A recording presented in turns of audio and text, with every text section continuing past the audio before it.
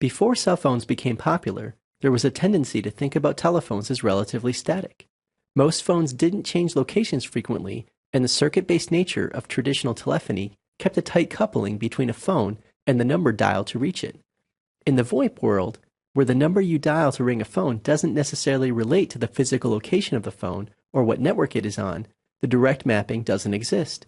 Because of this, VoIP devices must know the network address of any other devices they wish to connect to.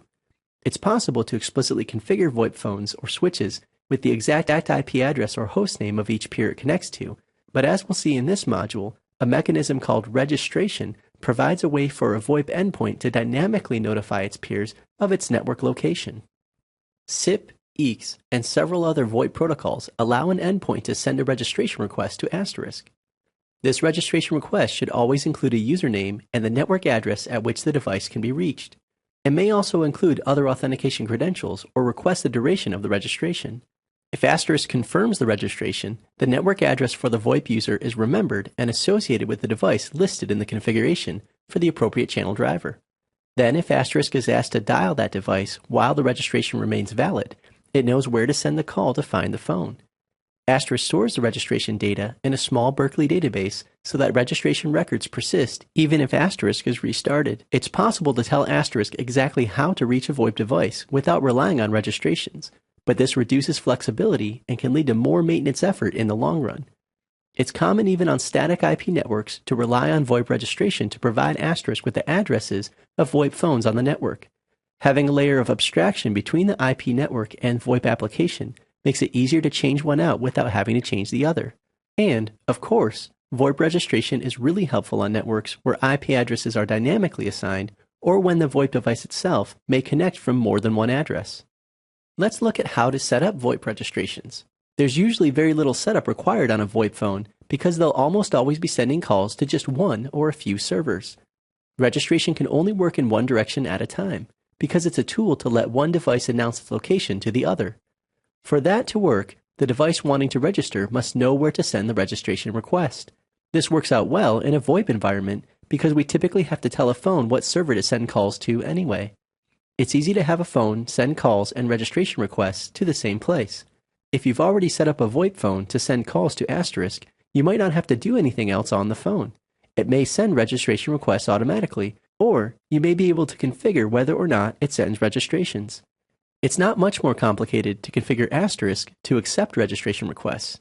For each device that will register to Asterisk, simply add a configuration line saying host equals dynamic in the configuration section for that device in sip.conf or eeks.conf. You may have already done this without realizing what it meant. The host line tells Asterisk where to send calls for the device. If you set it to a DNS name or IP address, no registration is necessary, and in fact, Asterisk will reject any registration requests it receives for the device. You can still use IP-based access control for VoIP devices registering to Asterisk. The permit and deny configuration parameters for a device let you specify white or black lists of IP addresses, so you can still have fine-grained control over which networks and even specific IP addresses a device can register from. It's also possible to set the duration of valid registrations, though it's common to use the default values. If Asterisk is asked to dial a VoIP device that is not currently registered but is configured for dynamic registration, the dial will fail immediately and set the dial status to Chan Unavail. Remember that registration is only necessary to tell Asterisk where to send calls destined for a VoIP device. A device can send calls to Asterisk as long as it knows the address or hostname of Asterisk. Calling from a phone to Asterisk has nothing to do with registration. Registration tells Asterisk how to reach the phone. In some scenarios, it's possible for a device to successfully register to Asterisk, but network conditions prevent Asterisk from routing a call to the device even though it's still registered. Most commonly, this happens when there is a firewall between the device and Asterisk.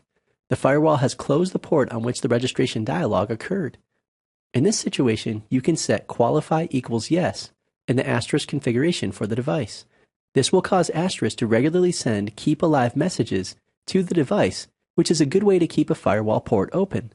As long as the recognized traffic is still being carried on a firewall port, it usually won't close. Throughout this module, we've used the generic term VoIP device repeatedly. We haven't specifically said phone very often because registration doesn't necessarily have to involve a phone.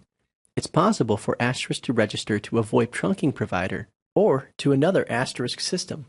In the general section at the top of SIP.conf or EECS.conf, you can add a line in the format shown here to tell Asterisk to register to a remote server. This is a simplified example for the sake of instruction. There are several other settings you can configure in the register statement, which you can read about in the sample configuration files. First, the word register is listed, followed by equals greater than.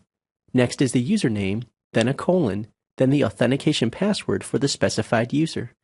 Next is the @ symbol, followed by the IP address or DNS name of the server.